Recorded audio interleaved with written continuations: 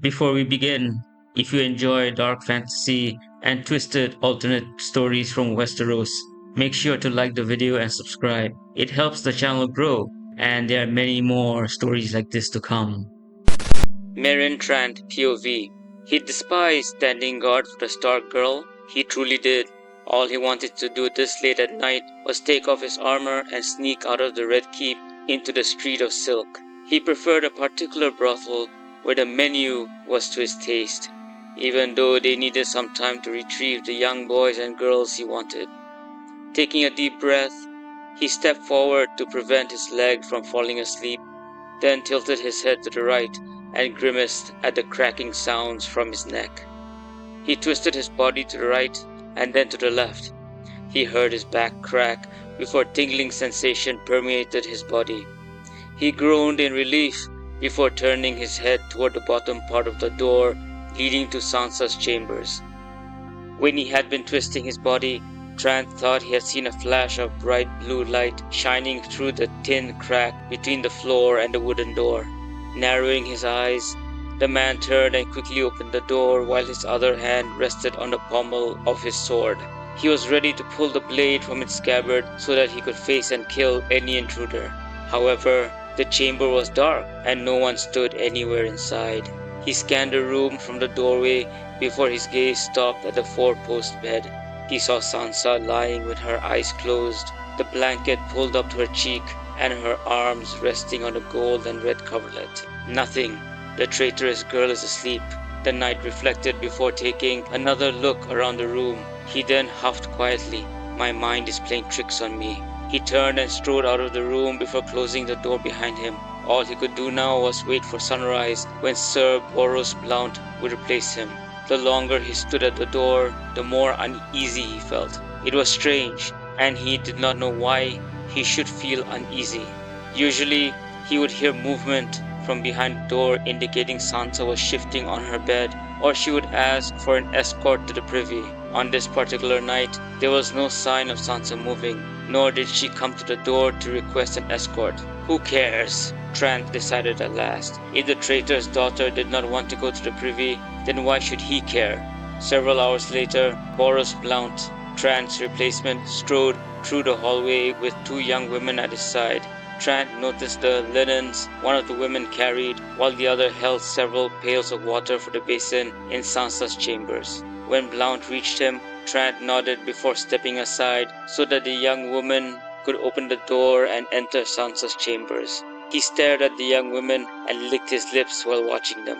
After the door closed, he turned back to Blount and informed him that nothing unusual had happened throughout the night. The flashes of light were only my imagination, Trant reflected just as he was about to leave. Before he could turn and depart, leaving Blount to his duty, the two men heard screams erupt from within the chamber. If that scream gave you chills, pause for a second and hit like. It really helps push this story to more viewers who love dark reimaginings like this. The door was yanked open before either of them could reach the handle.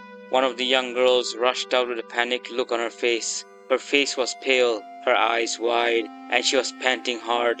"Sirs," the girl gasped. "The Lady Sansa, she...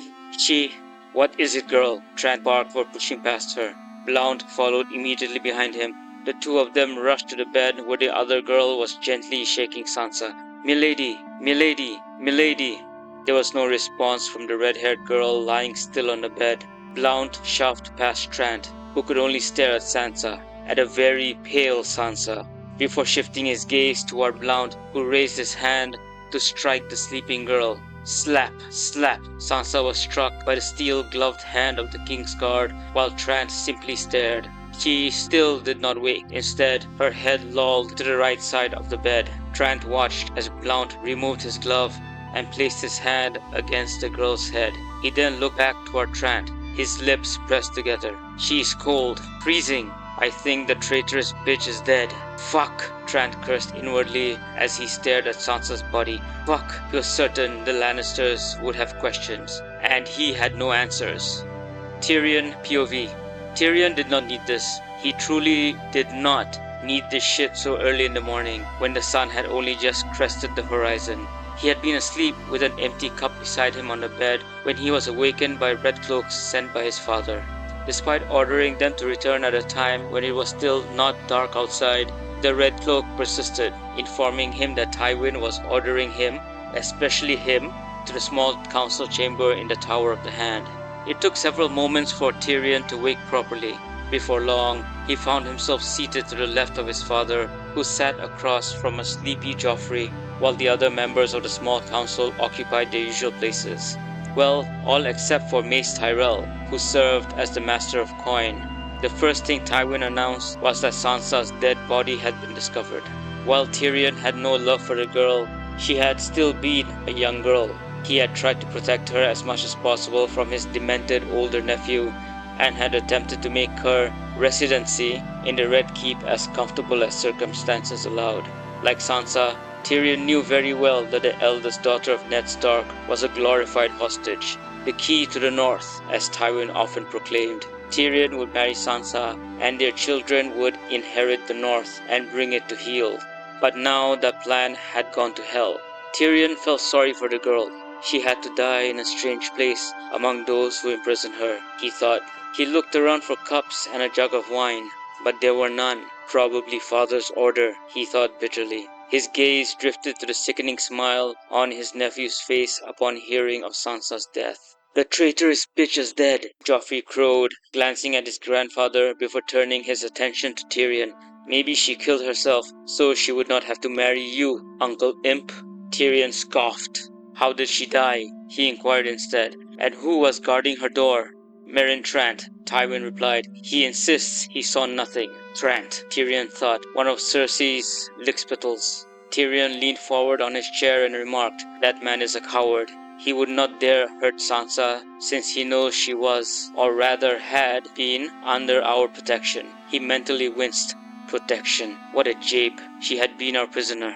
Returning to his earlier question, he pressed, "How did she die?" Tyrion glanced at Pycelle. The old man coughed before explaining, "I have examined her body, yet I have found nothing to indicate foul play."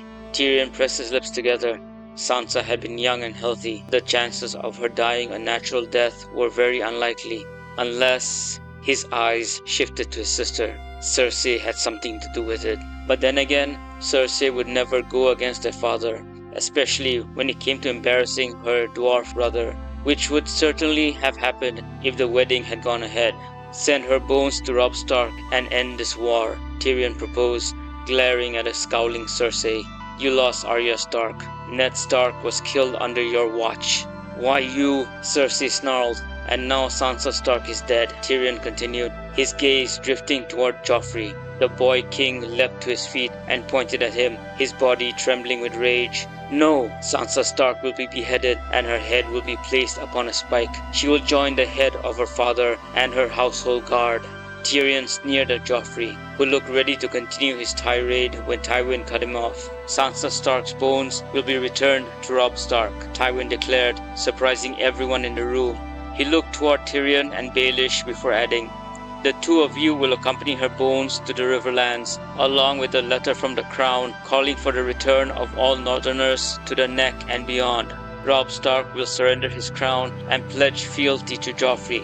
"Father, no!" Tywin growled at both Cersei and Joffrey before turning back toward Tyrion. "You and Baelish will escort her bones to the Riverlands." Before Tyrion could crack a joke about being sent to the wolves, Tywin continued, "The two of you will serve as envoys of the crown. The Starks are honorable." Tywin scoffed at the word before finishing, "So you will not be harmed." "Thank you, dear father," Tyrion replied with a heavy dose of sarcasm.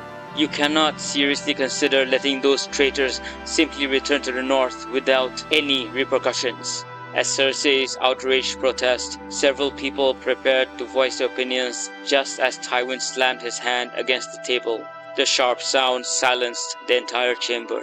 Tyrion had to fight the urge to chuckle at the expression on his deranged nephew's face. Instead, he listened as Tywin continued, "Let the Starks return to their cold and savage land. There is more than one way to skin wolves, and I am already in contact with traitors within their own Northmen."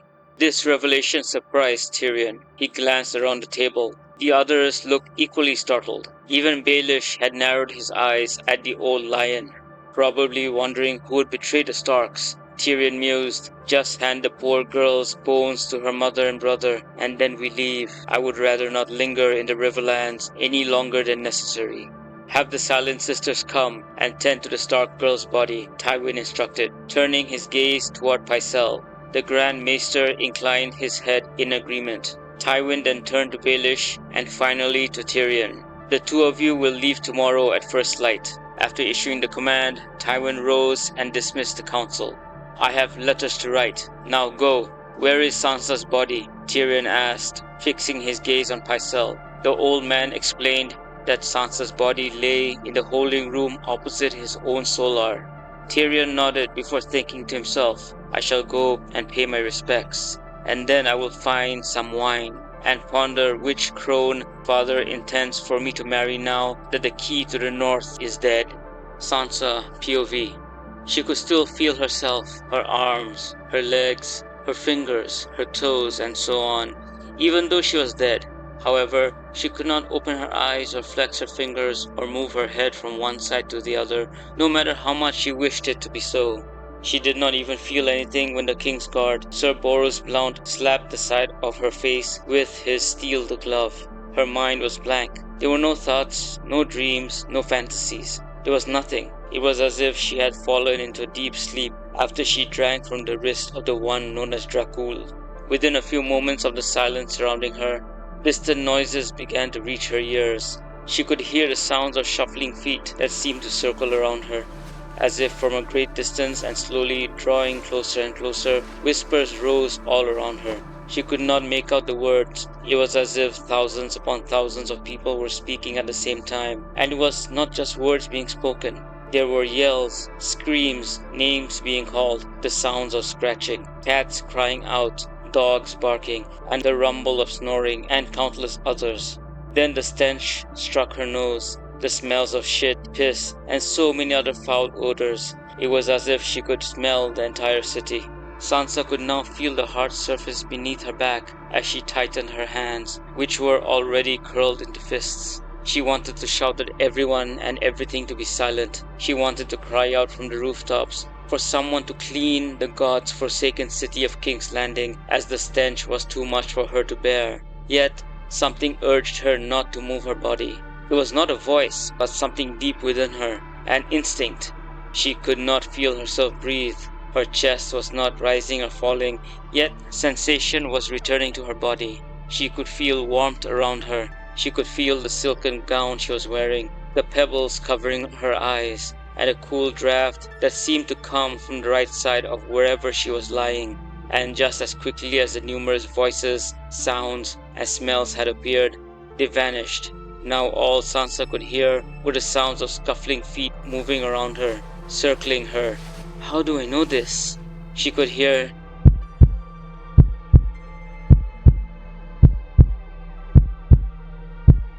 as well, the sound moving slowly, as if each note were stretched out. The sound began to quicken, and instinctively she knew that this rapid rhythm was coming from the direction of the scuffling feet. More specifically, it came from whoever was shuffling around her. The sound quickened to a sharp, and then a scent struck her nose once again. It was the same scent from earlier that night, before she had closed her eyes while drinking from Dracul's wrist. It was the scent of blood. Sansa immediately recognized the sound she had heard, the sound she could still hear. The beat of a heart, Sansa thought. I can hear the flow of blood through this person's body. She detected another beating heart close to her, standing still, and another one some distance away to her right. The scent of blood overwhelmed her. I am hungry, Sansa realized as her body craved the thick red liquid. Lord Dracul said I would require blood to survive. Blood, blood. Her mind urged her to waken and feed. She reminded herself that these were Lannisters and that they deserved no mercy. None of them did. She wanted to feed on them all. She wanted blood to run down the walls of the Red Keep. She wanted to kill. She was hungry, so very hungry. The scuffling feet were to her right now, and her hunger was already overwhelming. She snapped her eyes open And now everything changes. If you're still here, comment blood so I know you made it to the turning point. And everything appeared through a reddish tint. Sansa turned her head toward the source of one of the heartbeats as she rose up on what she realized was a stone table. She saw the source of the first heartbeat, the one that had been shuffling. It was a woman wearing dark grey robes that covered her entire body except for her eyes, and above her head hung the symbol of the seven-pointed star, a silent sister. Sansa noted as she stared into the woman's widening eyes. Sansa heard the hearts of both sisters racing as the redhead opened her mouth and extended her fangs. It was an odd sensation, she admitted to herself, to have fangs extend. She heard the two women gasp as they rushed toward the door. "Hungry," Sansa growled before leaping off the table. The leap was effortless. She moved faster than a normal person, though she did not dwell on the thought. She needed to feed. She grabbed one of the sisters and slammed her head to the left, sending her crashing into the wall. Then she lunged for the other, who had reached the door handle and had begun shouting for help. Sansa pulled her back toward the table with one arm around the woman's waist while her left hand clamped onto the top of the sister's head. Sansa wrenched the screaming woman's head to the side just as the door opened and sank her fangs into her neck. Blood poured into her mouth, and Sansa needed only to suck the thick liquid. She could feel the blood sliding down her throat, and she was reminded of the times she had awakened after dreaming of being Lady before she had been killed. Back then, Sansa would taste blood in her mouth upon waking, but now she was drinking blood for real. The taste was not imaginary. She gazed at the horrified expression on the face of the King's Guard, who had been alerted by the screams of the silent sisters. Sir Meryn Trant. Sansa recalled the time when Trant beat her in front of the assembled lords and ladies in the throne room after Robb won the Battle of Oxcross. She could still remember how her dress had been ripped apart while the court laughed. She still remembered how the knights had done nothing to help her. "Perhaps I should pay them a visit," she mused, before her attention returned to Trant.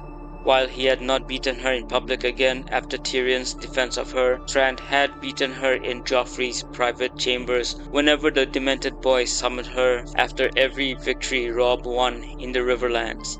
"By the Seven," Trant whispered, his eyes wide with horror. Sansa could see terror etched across his face while listening to his heartbeat race faster and faster. Meanwhile, the sister she had latched onto was already near death. Her heartbeat nearly stopped. "Demon! Wolf demon!" Trant breathed in fear as his hand moved toward the pommel of his sword. Finished with the sister, Sansa flung her aside. Her eyes remained fixed on Trant, who watched in terror as the sister's body flew through the air like a rag doll before striking the wall and collapsing to the floor with a dull thud. That distraction was all Sansa needed. She felt strength flowing through her body as she growled and rushed toward Trant, who had only just turned to draw his sword. He seized his hand and squeezed. The metal bent slightly before she thrust her other hand upward beneath his exposed jaw. Her hand tore through flesh with a disgusting squelch before she yanked it free, blood coating her fingers. "Is my face pretty?" Sansa snarled, recalling Joffrey's command to leave her face unharmed whenever she was brought before him. Sansa shut the door as Trant collapsed to his knees. That was brutal. If you want more ruthless Sansa Stark moments like this, hit subscribe, because this is only the beginning. His mouth opening and closing as though trying to scream. She watched him as blood pooled beneath his body, the red liquid pouring from the hole between his jaw and neck. Sansa listened as his heartbeat faded quickly before she turned toward the surviving silent sister who lay unconscious. Her heart was beating, and I have no desire to feed from this so-called night. Sansa, still dripping Trant's blood onto the floor from her left hand, approached the second silent sister and knelt beside her. She was still hungry.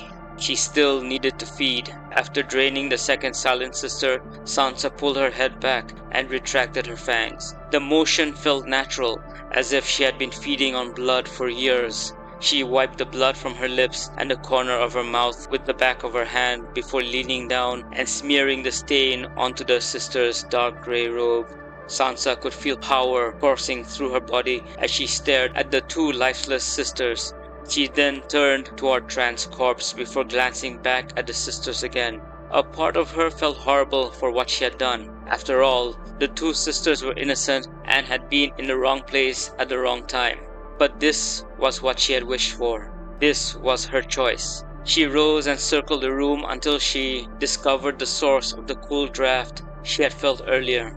Reaching out to the wall, Sansa pressed against it and watched in surprise as a section of stone swung inward, revealing a secret passageway.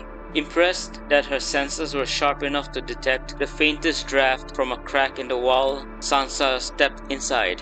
Once she closed the entrance behind her, the passageway plunged into darkness. Yet, her vision remained as clear as if she stood in daylight. Sansa smiled as she wondered what else she might be capable of doing. Lord Dracul offered some suggestions. Now I need to know how I can control others, or turn into an animal.